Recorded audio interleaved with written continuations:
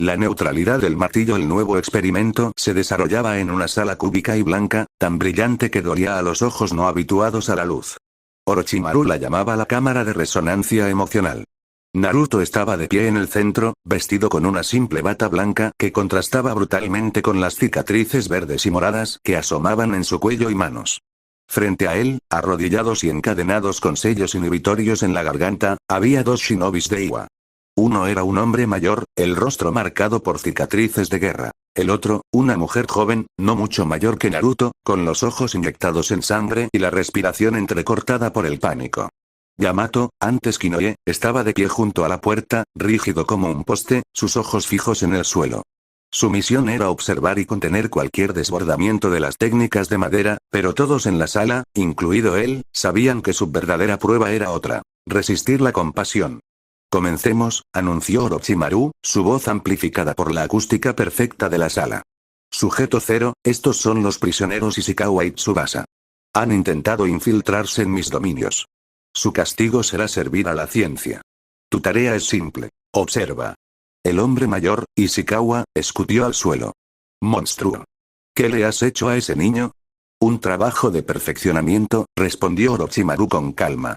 Luego, sin previo aviso, lanzó un delgado senbon que se clavó en el hombro de la mujer joven, Tsubasa.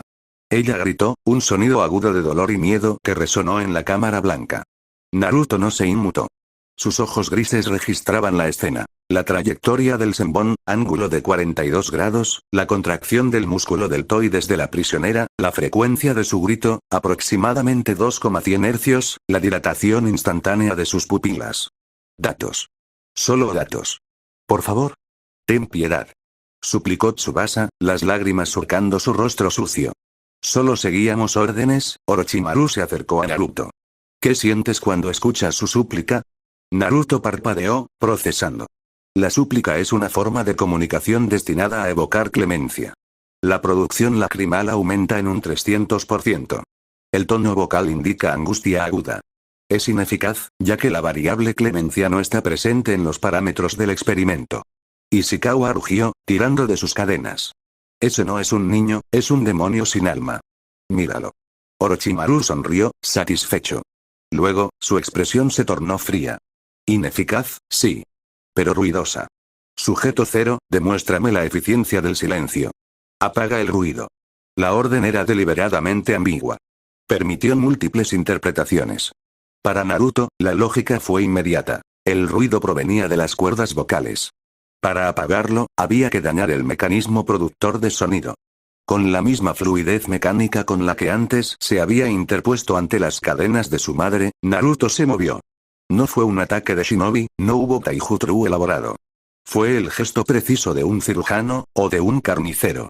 Su mano, pequeña pero increíblemente fuerte por las modificaciones celulares, se cerró alrededor de la garganta de Tsubasa. No hubo fuerza bruta, solo una presión exacta, calculada, en la tráquea. El grito se convirtió en un estertor, luego en un silencio total, roto solo por el débil y desesperado sonido del aire intentando entrar. Los ojos de Tsubasa se abrieron de par en par, mirando a Naruto con un horror que trascendía el dolor físico. Estaba viendo la verdadera cara de la nada. Ishikawa enloqueció. Suéltala, maldito. Se levantó con una fuerza sobrehumana, las cadenas crujiendo, y se lanzó hacia Naruto, no con un jutsu, sino con la intención visceral de estrangularlo con sus propias manos. Yamato, junto a la puerta, contuvo la respiración. Sus manos se crisparon. Una parte de él, la programada, le ordenaba quedarse quieto. La otra, el minúsculo fragmento de humanidad que se aferraba a la memoria de sus propios padres, borrosa, lejana, pero dulce, gritaba para intervenir. Naruto, con Tsubasa aún colgando de su mano, giró la cabeza hacia Ishikawa. Calculó la trayectoria, la masa, la velocidad. Liberó a la mujer, que cayó al suelo jadeando, y en lugar de esquivar, recibió la carga del hombre. El impacto fue brutal. Naruto cayó al suelo con Ishikawa encima, las manos del shinobi cerrándose alrededor de su cuello. Pero Naruto no luchó por liberarse. En lugar de eso, mientras los dedos callosos apretaban su tráquea, él llevó sus propias manos a los costados del cráneo de Ishikawa. Conocía la anatomía humana al detalle, después de todo, había sido desmontado y reconstruido tantas veces. Aplicó presión en puntos específicos, no para matar, sino para sobrecargar el nervio trigémino. El resultado fue instantáneo. Ishikawa gritó, un sonido completamente diferente, de dolor neurológico puro y cegador. Sus manos se aflojaron. Naruto se liberó, se puso de pie, y observó cómo el hombre se retorcía en el suelo, espumando por la boca, los ojos en blanco. El silencio volvió a la cámara, roto solo por los jadeos agonizantes de Tsubasa y los espasmos de Ishikawa. Orochimaru se acercó, mirando a Naruto con una mezcla de triunfo y griega. Algo más. Una chispa de inquietud, tan minúscula que casi no era perceptible. Su creación había resuelto el problema con una eficiencia aterradora y completamente desprovista de cólera, de sadismo, o incluso de propósito defensivo. Había sido como observar a un martillo golpear un clavo. El martillo no siente nada por el clavo. ¿Y él? Preguntó Orochimaru, señalando a Ishikawa. El sistema nervioso está experimentando una tormenta epiléptica severa. La función cerebral cesará en aproximadamente 3-4 minutos sin intervención. ¿Debo intervenir? Preguntó Naruto, como si preguntara si debía regar una planta. Orochimaru negó con la cabeza. No. Observaremos el proceso hasta el final. Luego, su mirada se desvió hacia Yamato, quien estaba pálido como la pared, sudando profusamente. ¿Y tú, Yamato? ¿Qué observaste? Yamato abrió la boca, pero no salió ningún sonido.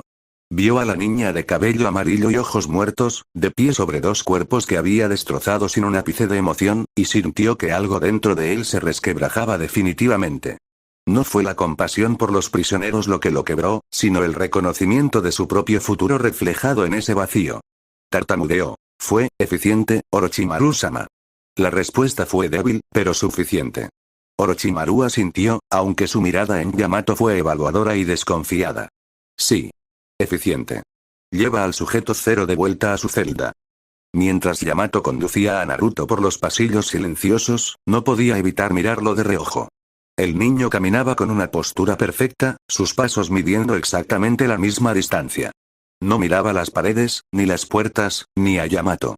Simplemente avanzaba. ¿No sientes nada?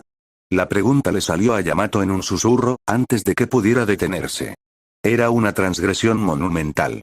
Naruto se detuvo y giró la cabeza hacia él. El movimiento fue tan preciso que resultó antinatural. Sentir es una respuesta bioquímica y neurológica a estímulos externos o internos.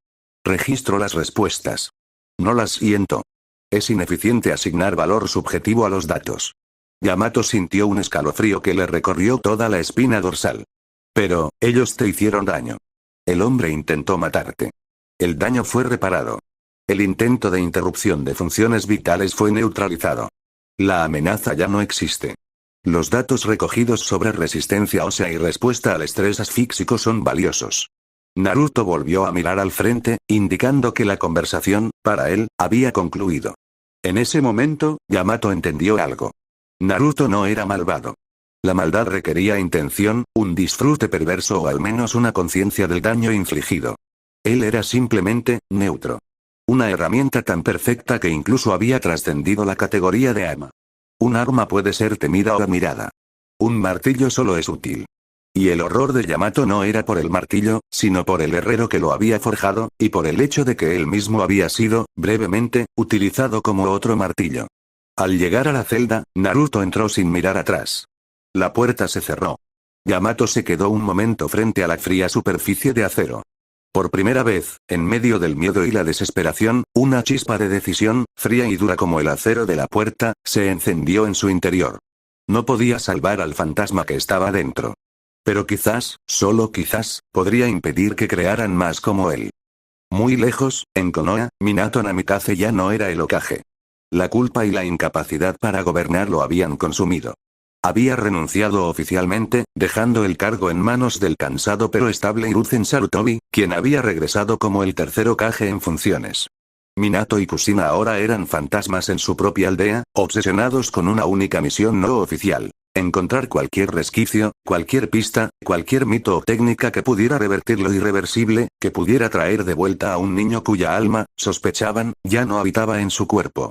Kushina, con los ojos siempre rojos y la furia de su clan Uzumaki convertida en una llama fría y destructiva, excavaba en los archivos prohibidos de su clan, buscando sellos de liberación, de restauración de memoria, de purificación espiritual, cualquier cosa que pudiera actuar como un antídoto para el veneno de Orochimaru.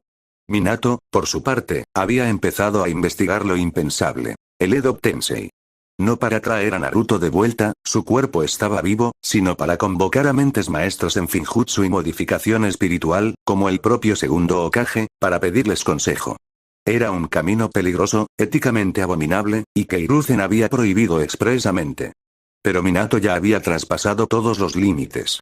El padre que había fallado estaba dispuesto a convertirse en un monstruo, si con ello había la más remota posibilidad de salvar al monstruo en que su hijo se había convertido.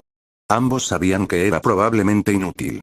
Pero la acción, por desesperada que fuera, era el único antídoto contra la imagen que los atormentaba cada noche. La de su hijo, con esos ojos de cristal gris, pidiéndole permiso a Orochimaru para neutralizar a sus propios padres. El amor, llegado demasiado tarde, se había transmutado en una obsesión fúnebre. Y en la fría celda del país del sonido, el objeto de esa obsesión dormía un sueño sin sueños, su mente un archivo ordenado de sufrimientos, sin un solo archivo titulado mamá o papá. Solo Orochimaru-sama y experimento.